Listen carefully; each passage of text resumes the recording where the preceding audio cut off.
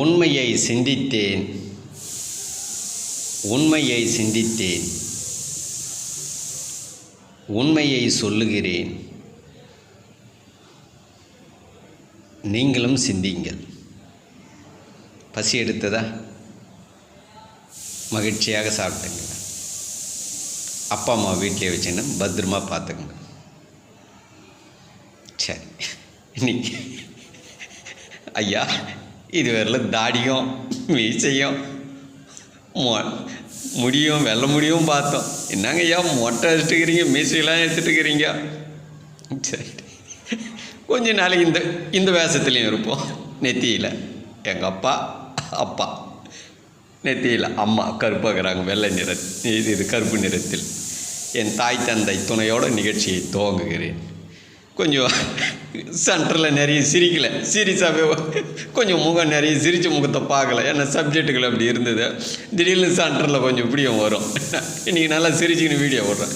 இப்போது ஏன் ஐயா மொட்டை அடிச்சிங்க, என்ன ரீசன்னு பல பேருக்கு சந்தேகம் வரல. சந்தேகத்தை தீர்த்துட்றேன். இல்லைனா இதை நான் சொல்லலைன்னா ஐயா சும்மானா இங்கே யூடியூப்பில் மட்டும் பேசிவிட்டு எங்கேயோ போயிட்டுக்கிறார் கோயிலுக்கு அப்படின்னு உங்களுக்கெல்லாம் ஓடும் உள்ளுக்குள்ளோம். அதை தீர்த்து வைக்கணும்ல நான், புரியுதுங்களா? அதுக்காக நான் கோவிலை தவறுன்னு சொல்லலை, முதன்மை நிலை இரண்டாம் நிலைன்னு சொல்கிறேன் நான், புரியுதுங்களா?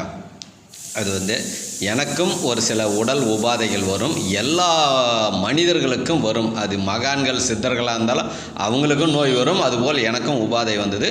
ஒரு நம்மளுடைய மரபு மருத்துவம் செய்வதற்காக நான் இது மொட்டை அடிச்சிருக்கேன். மொட்டை அடிப்பது அதில் ஒரு மருத்துவம் இருக்குது. அதில் அதுக்காக நான் அதை நான் செய்ய போகிறேன். அதுக்காக மொட்டை அடிச்சிருக்கேன். இதுதான், வேறு ஒன்றும் இல்லை, புரியுதுங்களா? அதனால் இதுக்கு மேலே கொஞ்சம் கடந்து போகலாம். இன்றைக்கி தலைப்பு ஒன்று பேசணும்னு பார்த்தேன். இந்த மொட்டை அடிக்கிறதை பற்றி பேசிக்கின்னு நம்ம இன்றைக்கி பேச முடியாமல் போயிடுச்சு. இதுக்கு மேலே அந்த சப்ஜெக்டுகள்லாம் கொஞ்சம் வரும். ஆழ்ந்து சிந்திங்கள்.